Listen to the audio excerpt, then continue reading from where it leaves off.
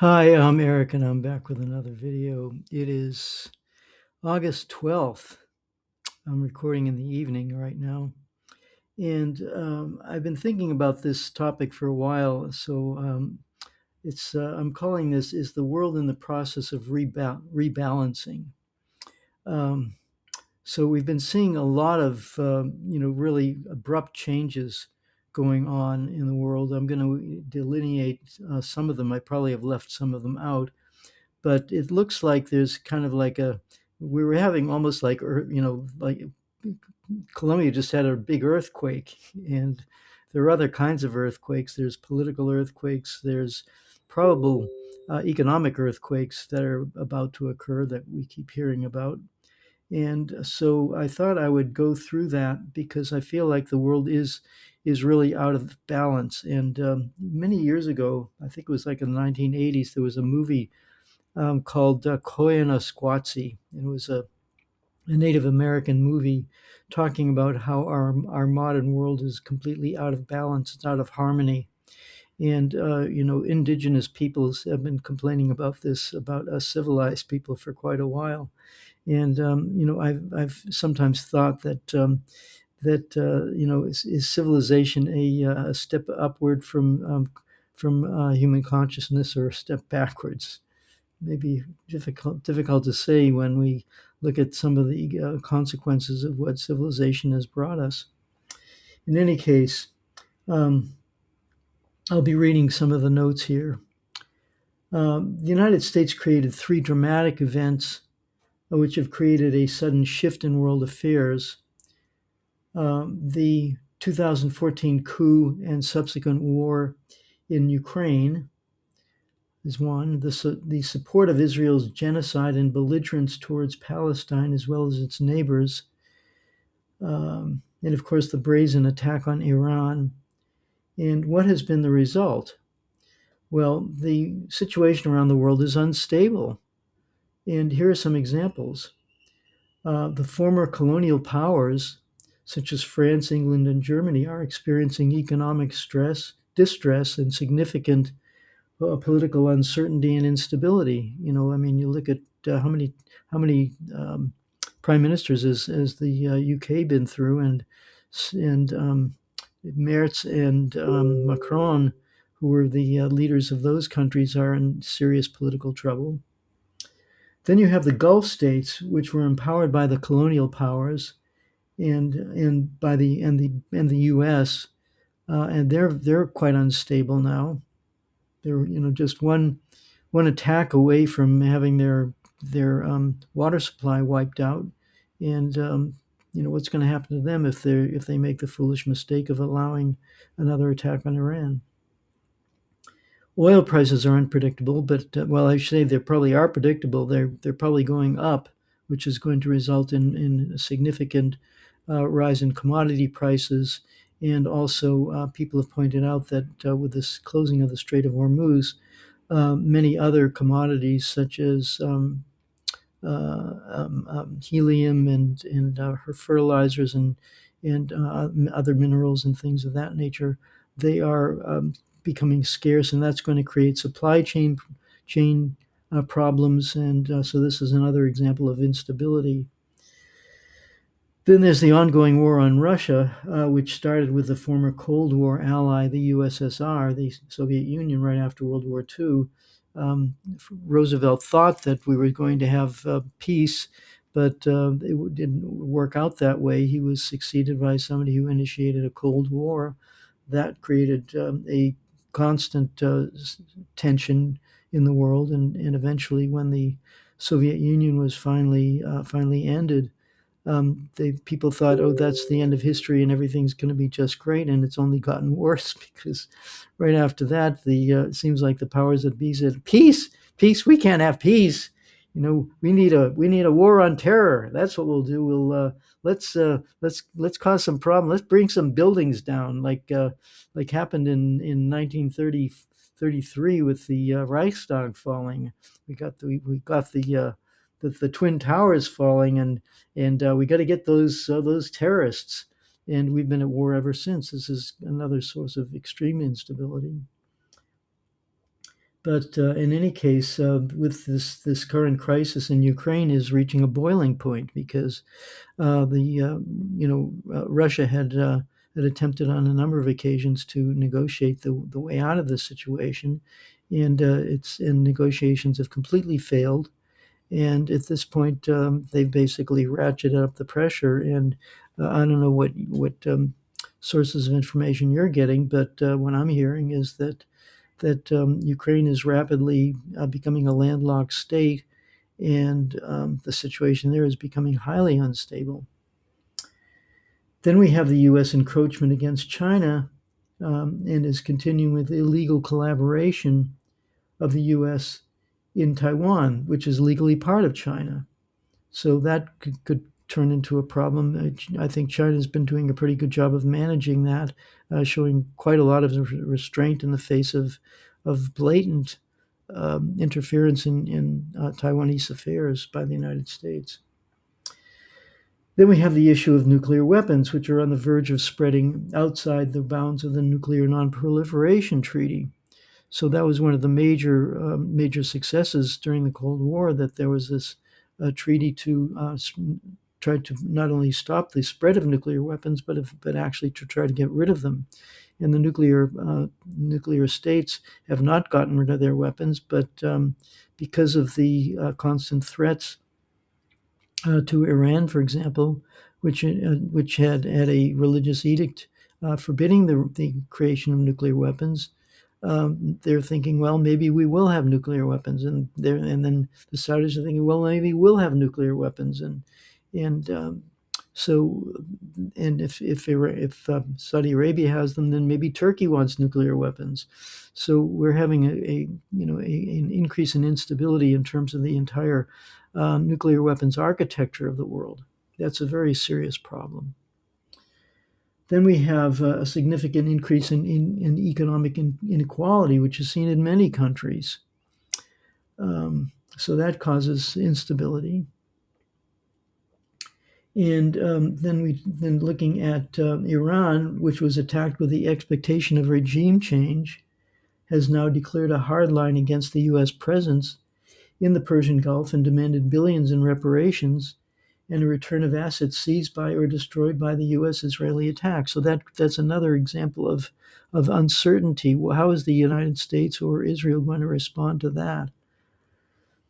Then we have another example of this change of atmosphere, so to speak, is the sudden appearance of leftist candidates who are challenging oligarchy and Israeli influence.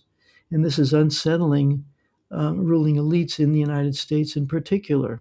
But also in Germany, we have the rise of the AfD, and also there's a possibility of Marine Le Pen being the new chancellor of, I think our new prime minister, president of France. So we're seeing a lot of instability in terms of the political systems. And then in terms of the financial markets, so far the financial markets are kind of, we haven't seen any market crashes. There's been some volatility, but not really major crashes. But what I'm hearing is that the Japanese yen is under severe pressure, and so there could be a fast and unstable unwinding of the bond markets, which would cause a lot of trouble. And of course, the whole AI investment situation sounds like it could be. It looks like it's a replay of the .com era, and so that could result in a major crash as well. So there's a lot of possibilities. There are a lot of current situations that are unstable, and there are also a lot of possibilities for more instability. So the question that I ask myself is, if we manage to get through this whole unstable situation, what would a balanced world look like? So I'm going to go through a bunch of things that I think would be what the world should look like or would look like if it were in a state of harmony, which instead of instability and conflict. So the first thing would be the complete removal of colonialism in West Asia, and specifically the end of the Israeli apartheid state, and replaced with a democratic state with full rights for Palestinians. In other words, a one-state solution. There are just as many Palestinians as there are Israelis. Give Palestinians the right to vote and get rid of this apartheid state, and that would be the solution to the situation. The two-state solution is not workable.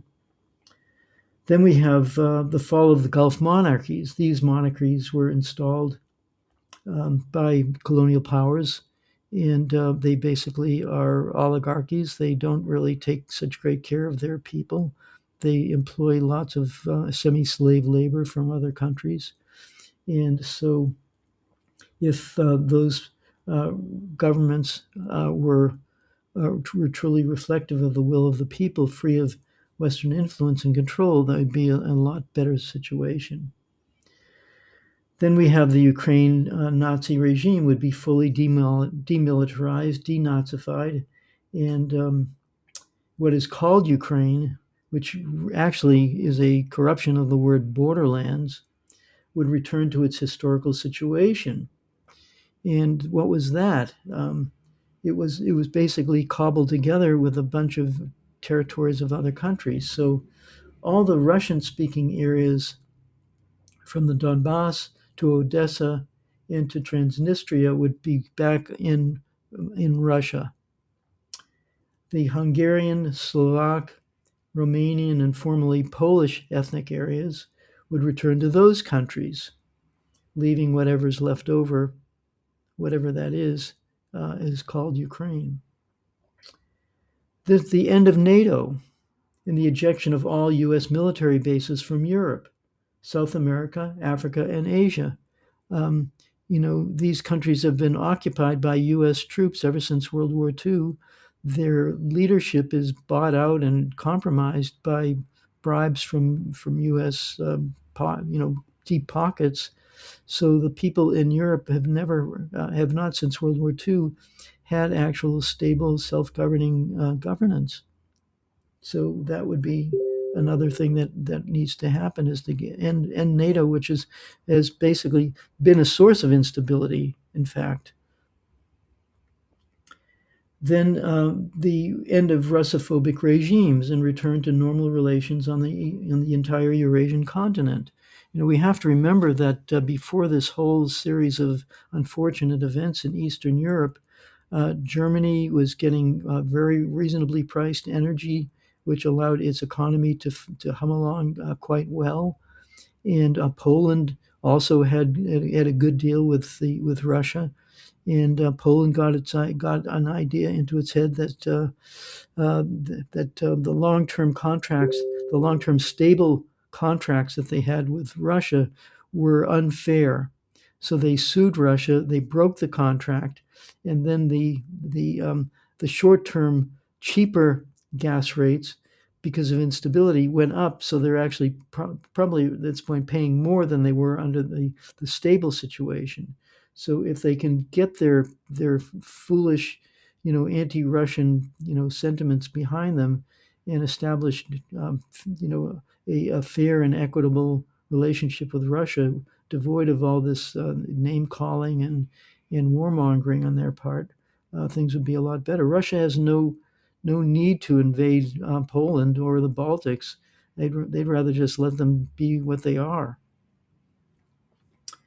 Then we also should have the end of the crushing of the Mackinder-Brzezinski plan to take over Asia and break up Russia. So in early 20th century, this guy named, I think it was Alfred, I forget his first name, Mackinder, his last name, Professor Mackinder, and Zbigniew Brzezinski later on had these ideas that they needed to control the world island, and the sea powers of the world, namely the United States and Britain, had this idea to encircle the Asian landmass and destabilize the countries, get control of the governments, and that would be their way to control the continent, control the resources for their own benefit. But that doesn't help the people in the Eurasian continent, and so the Europeans and the West needs to give up that idea, which has caused lots and lots of wars, since probably the middle of the 19th century.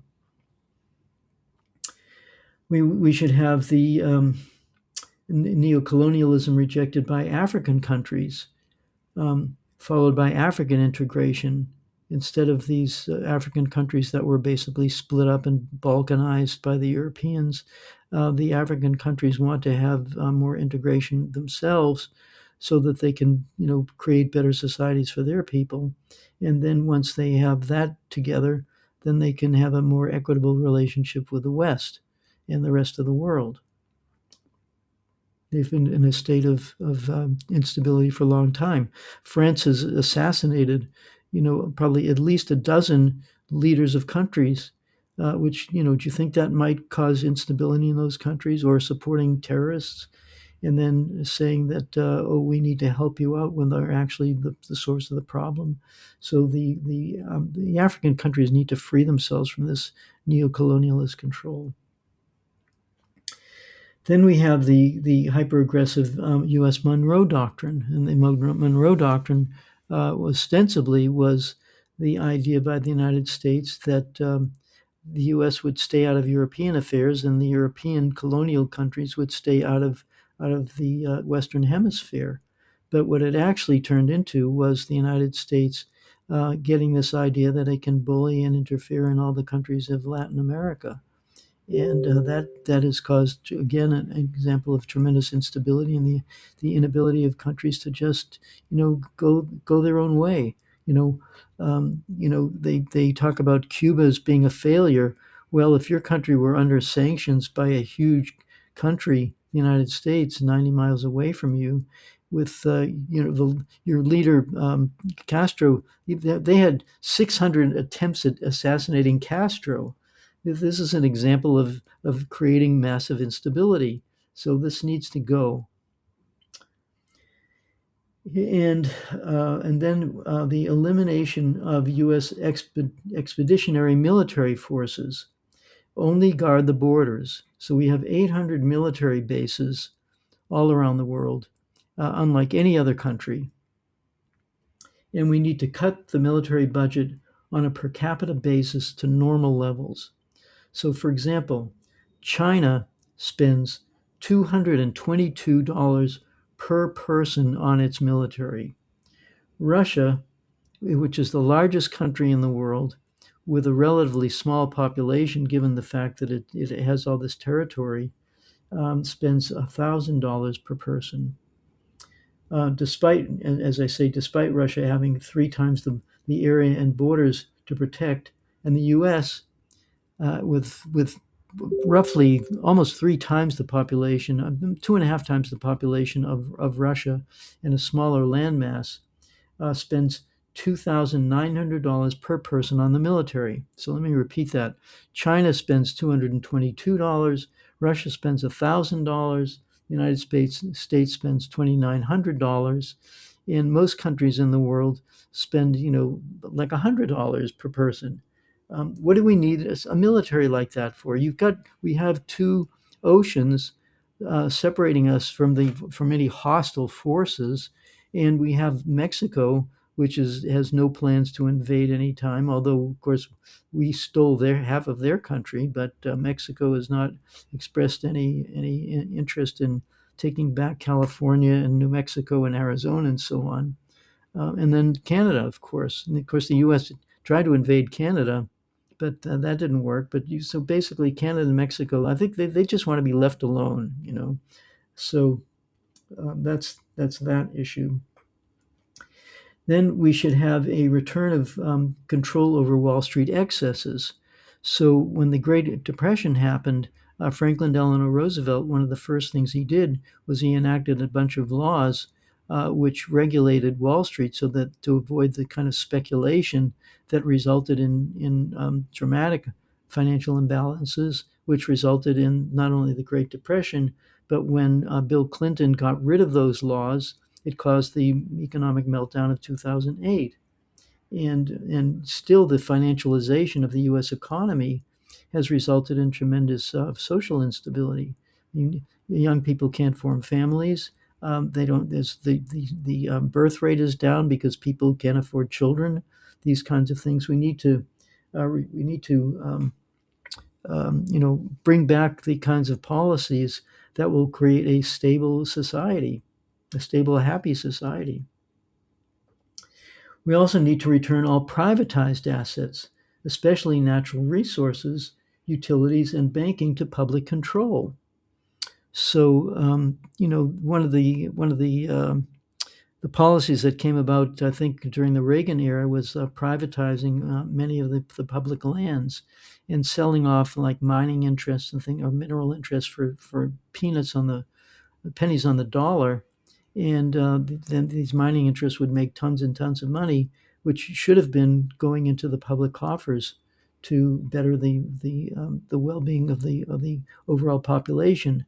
So we have this concentration of wealth in these private corporations, which would benefit tremendously from sweetheart deals with the government, and all of that needs to be gotten rid of, and the assets and the financial flows that the consuming class, the working class, feeds into the system doesn't end up in private pockets as dividends to private corporations, but instead flows back into the economy for the benefit of everybody. We need full implementation of family friendly policies, as I mentioned, to improve birth rates and family formation. And we should have subsidies for homeownership at nominal cost, paying couples to have kids, free childcare and services for kids, such as after school activities and summer camps. So one of the reason why we don't have a replacement birth rate, you need at least a couple as two people in a couple. If they only have one child or not no child, or they don't get married at all, then you're not replacing the population. That's in the long term. That's demographic disaster. Um, so we need to reverse those kind of capitalist policies in both Europe and the United States, and I'd say in other countries as well. This is a big. I listen to Russian channels, and they're making the same complaints. And I talk with Chinese people; they're making the same complaints. There's just been too much wealth concentration, and this we need to reverse that. It's causing tremendous imbalances.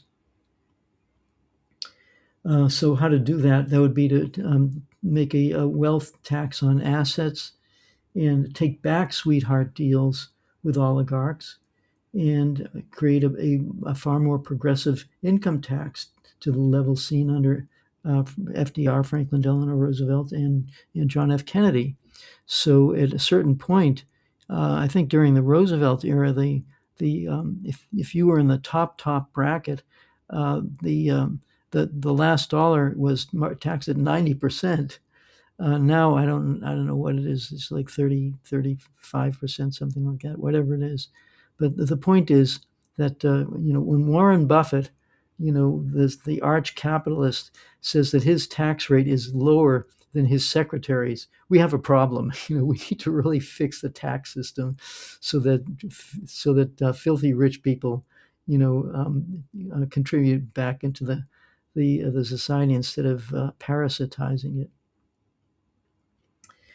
We need to insist on public health as the first priority of national defense, with health care fully paid for by the government, just as the defense budget is. I say to people, we do not have deductibles on F-35 fighter jets and on nuclear missiles. Those are fully paid for by the government. If they can pay for those kinds of things, they can pay for surgery and eye care and health care and just raising the level of health of the entire population. That also includes the farmer oversight over the quality of the food and the reduction in the use of chemicals and other dangerous additives that have nothing to do with human physiology. We need to promote publicly funded education and uplifting of the consciousness of the people. When I grew up, the public universities, I think like the University of California it was almost free. The City College of New York, was an excellent school. It has been an excellent school, but and people who had no money got basically a free college education. And now, of course, after World War II, there was, and I think even now, if you go into the military, you become a professional, you know, um, enforcer for the capitalist class. They'll give you a free education, presumably. But that this what this does is it by making education unaffordable for the vast majority of the people, they're basically telling the society that we don't want an educated population.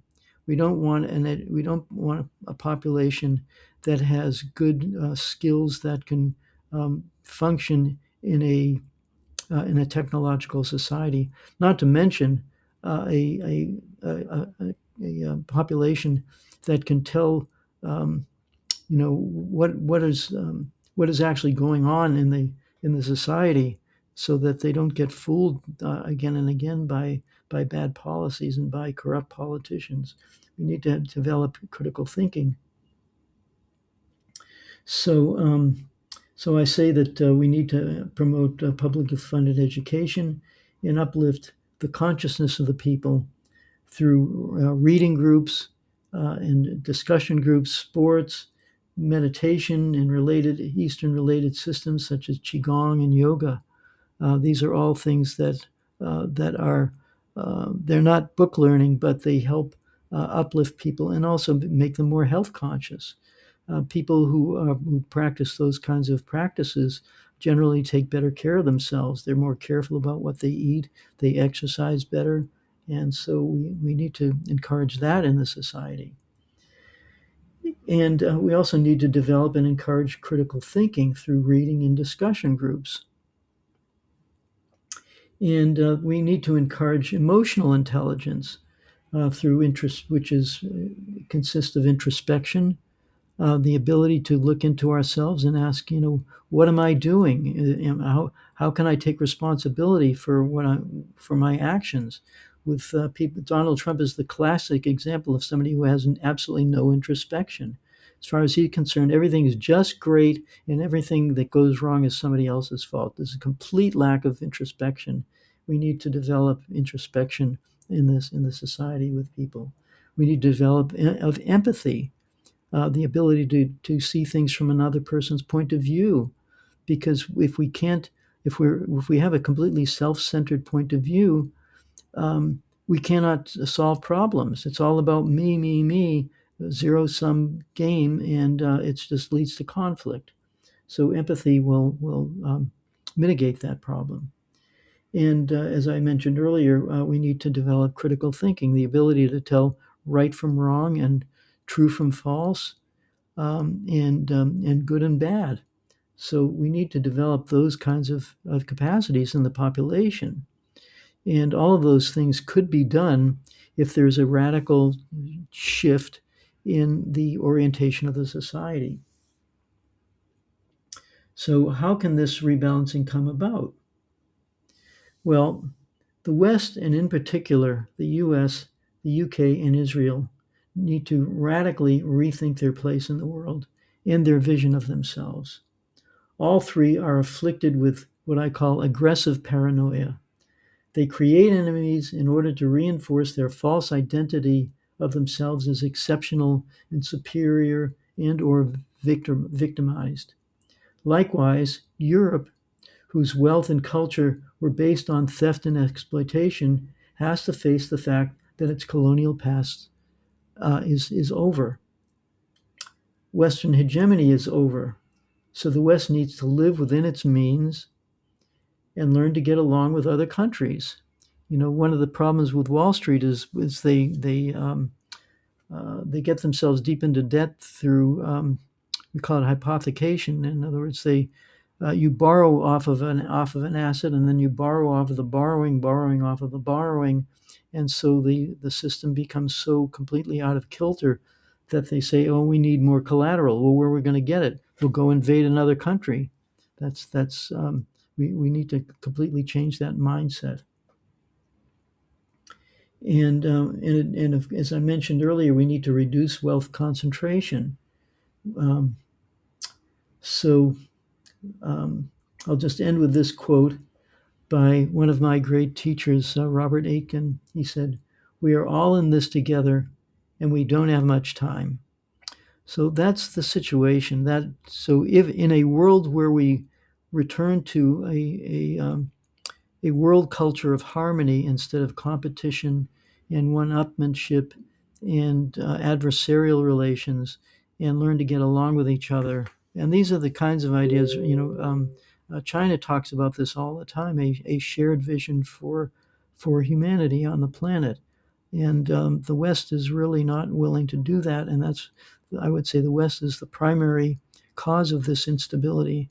But because its power is fading, there's a real chance for us to completely refigure the way social relations, both in our own country as well as between countries, can take place. So that's my idea about how to rebalance this currently rather insane situation, very dangerous situation, where we're very, very close to even nuclear war, and war is going on all the time, and it's massive suffering. There's no need for that. We need to change our way of thinking. So thanks for listening to my little discussion here of rebalancing. I hope you will share these thoughts with people. And also, if you can contribute to my channel, that would be very helpful, or buy one of my information billboard t-shirts. As you can see, I'm wearing my Question Everything t-shirt today. So thanks again for listening. Again, please like, share, comment, subscribe, and I'll see you in the next video.